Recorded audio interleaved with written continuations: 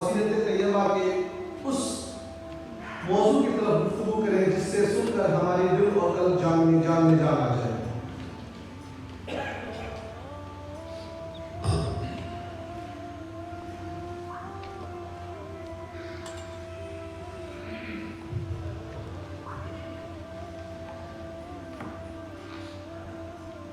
بسم اللہ الرحمن الرحیم احمد صلی اللہ رسول کریم۔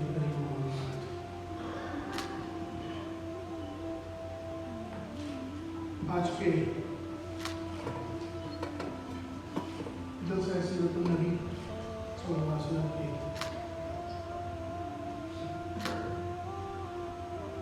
موقع پر آج یہاں جامعہ احمد یونیورسٹی ہمارے بہت ہی عزیز پرانے موسٹ ریسپیکٹڈ ڈاکٹر پروفیسر عالم صاحب اس یونیورسٹی کے رجسٹرار ڈاکٹر سید سعود صاحب، ڈاکٹر محمد نعیم صاحب، ڈاکٹر فریدہ خانم میری بہن، ان کی جو والد مرحوم مولانا وحید الدین خان صاحب، اور میرے والد بہت پرانے دوست، بہت عزیز ایسی میری بہن یہاں میرے سامنے بیٹھے ہیں head of the departments, professors, lady teachers, distinguished guests, sisters and brothers. بہت لمبا نہیں بولنا ہے چونکہ اثر کا وقت یہ اور مغرب کا وقت یہ ساری چیزیں سامنے ہیں۔ ویسے تو ابھی اس موضوع پر کیسے رسول صلی اللہ علیہ وسلم تو آئے، ماڈل بن کے آئے۔ بہت سے لوگ اس سے اکثر کہتے ہیں کہ امام صاحب ہمارے پیر صاحب نے ایسا کہہ دیا، ہمارے امام سے یہ کہتے ہیں۔ میں کیا بات کرتے ہوں، ہمارے یہ ماڈل رسول اللہ صلی اللہ علیہ وسلم ہے بھائی، ہمارے یہ ماڈل وہی ہیں۔ ہمیں وہ دنیا میں اللہ تبارک و تعالیٰ نے ان کو کیوں بھیجا، ماڈل بنا کے بھیجا۔ ان کی جو زندگی ہے، ان کے کھانے میں، پینے میں، چلنے میں، معاملات میں، تجارت میں، شادی میں، بیاہ میں، ساری چیزوں سے اگر آپ رسول اللہ صلی اللہ علیہ وسلم کی سنت میں اگر آپ چلیں گے تو اس دنیا میں بھی اور آخرت دونوں جہان میں کامیابی آپ کو ملے گی۔ میں آتا ہوں اب ایک بات پر جو ایک دو تین باتیں کر کے اپنی بات کو جلدی ختم کروں گا، انشاءاللہ لمبا نہیں کروں گا۔ میں آپ کو یہ جانتے ہیں سب لوگ ہم کہ اللہ کے نبی صلی اللہ علیہ وسلم نے پڑوسیوں کے حقوق کے تعلق سے کیا کہا، لیکن آج پڑوسیوں کا حقوق ہم لوگ، میں بھی شامل ہو جاتا ہوں اس میں، ہم لوگ کتنا اس کو نبھا رہے ہیں، کتنا ہماری زندگی میں عمل میں ہے، اس کی فکر کرنے کی ضرورت ہے۔ آج پڑوسی کے ساتھ اللہ کے نبی کہتے ہیں اس کے ساتھ اچھے سلوک کرو، لیکن آج کے وقت میں پڑوسی کے ساتھ سب سے خراب سلوک آپ کے ملیں گے۔ پڑوسی کی بلڈنگ بن نہیں جائے، اس کی کمپلینٹ دینے جاتے ہیں، فکر سے جاتے ہیں کمپلینٹ دینے، اس کی گاڑی کیسے آ گئی، اس کی شادیاں کیسے ہو رہی ہیں، اس کے بچے کیسے آ رہے ہیں۔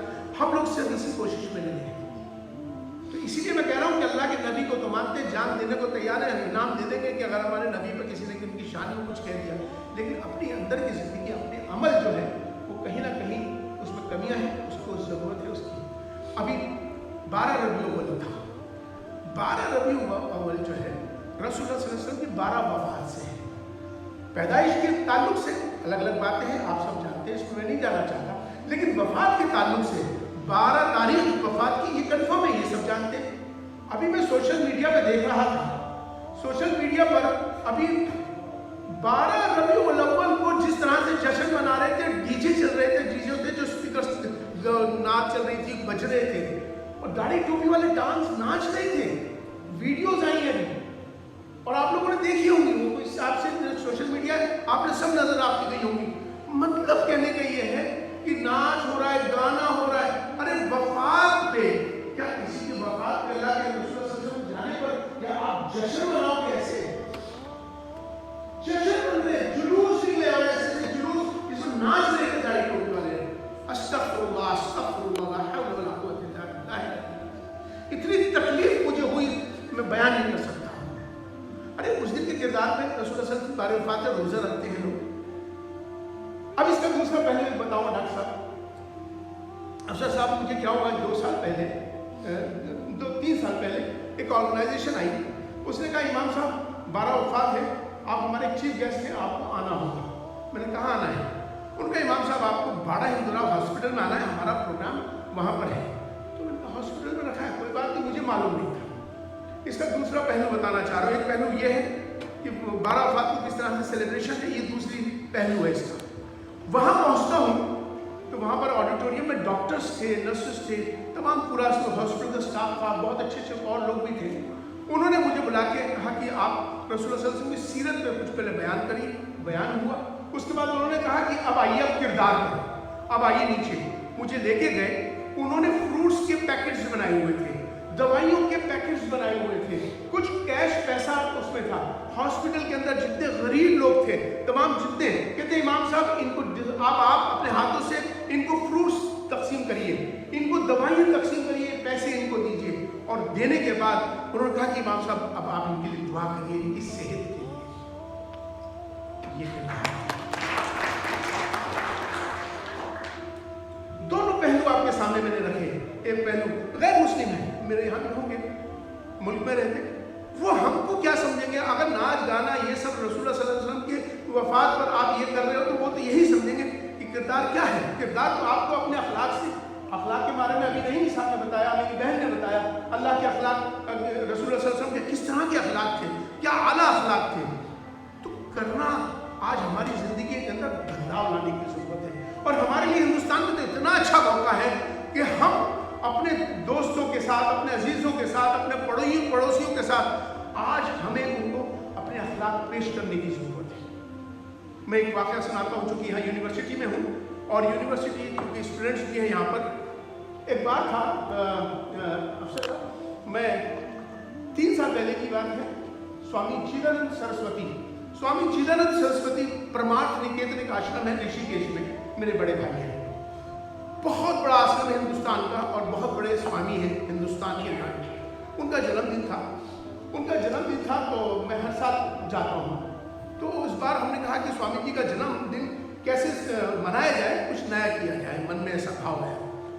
तो हमने क्या किया, मैंने देवबंद फ़ोन किया, करके मैंने कहा मुझे 100 बच्चे मदरसे के चाहिए जो बिल्कुल लास्ट ईयर के हों, बिल्कुल।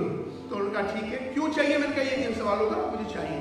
मैंने कहा मैंने कुछ इमाम सेलेक्ट किए और कुछ मुफ्ती सेलेक्ट किए और कुछ वहाँ के मदरसे के उस्ताद मैंने सेलेक्ट किए।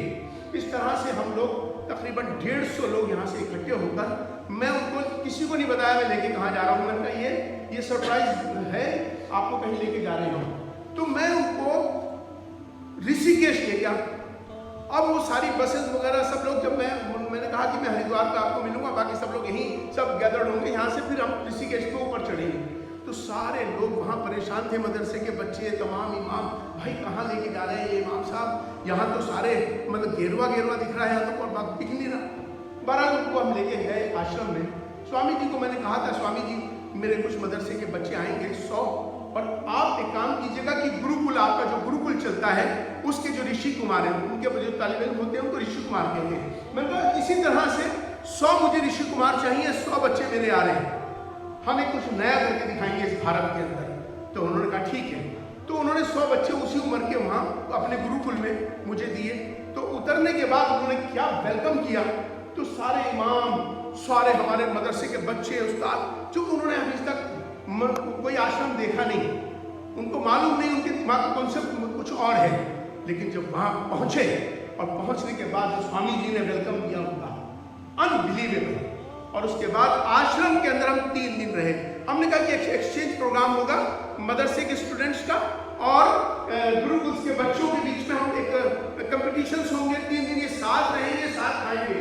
तो मैंने ऋषि कुमार सब बच्चों को बोला गुरुकुल के कि सुनो, तुम अपने एक दोस्त, अपना साथी बना लो और इस साथी को अपने साथ 3 दिन तुम्हें अपना रखना है।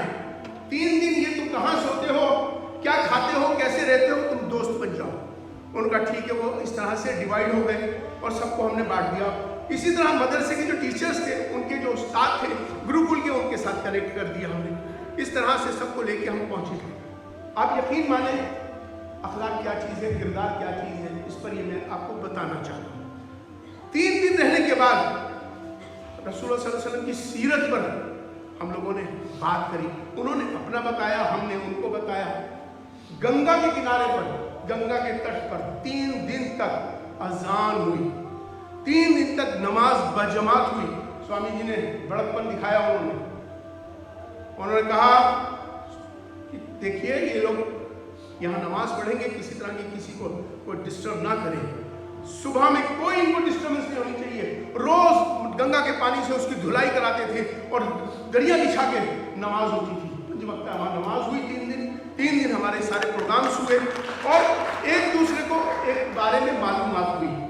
देखिए किसी के मजहब या किसी के पंथ धर्म के बारे में हमें जानकारी नहीं है तो हम बुरा कहने का अधिकार हमारे पास नहीं है। हमें सबको अच्छा समझना है, देखना है, करना है।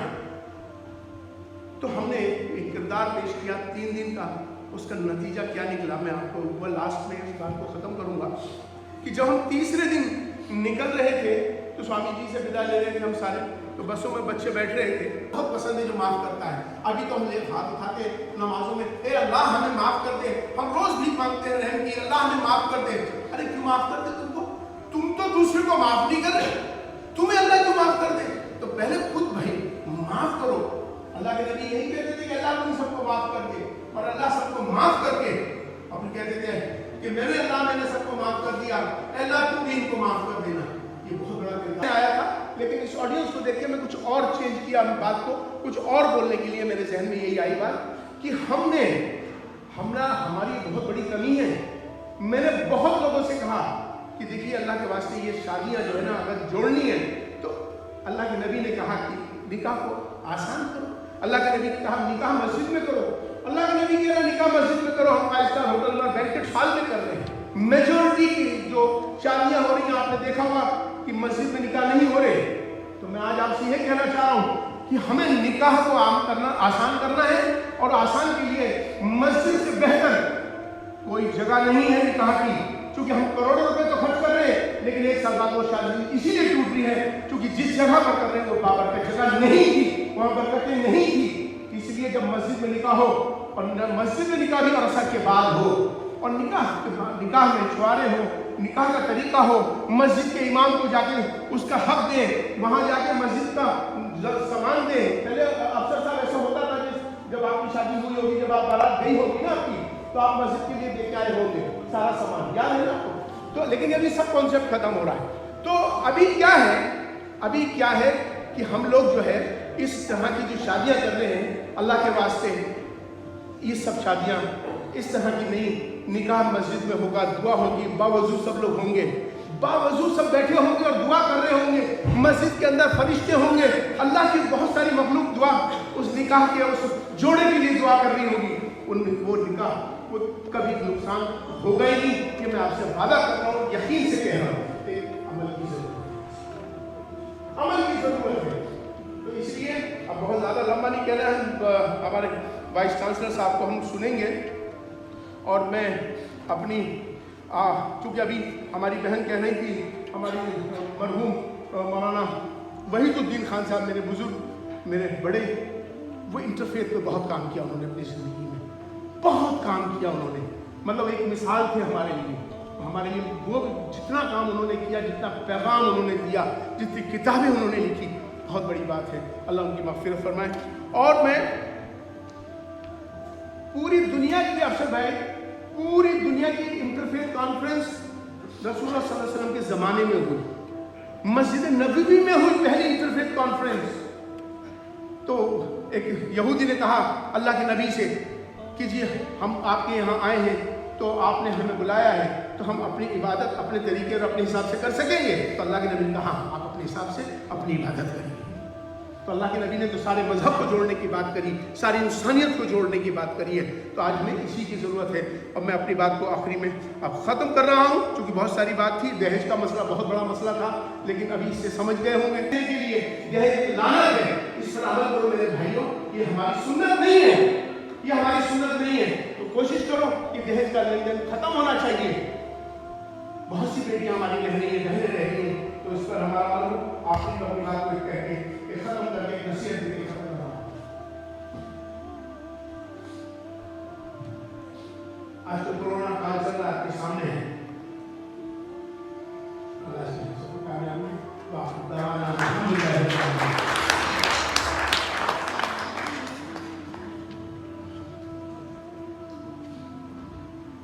शुक्रिया मोहतरम।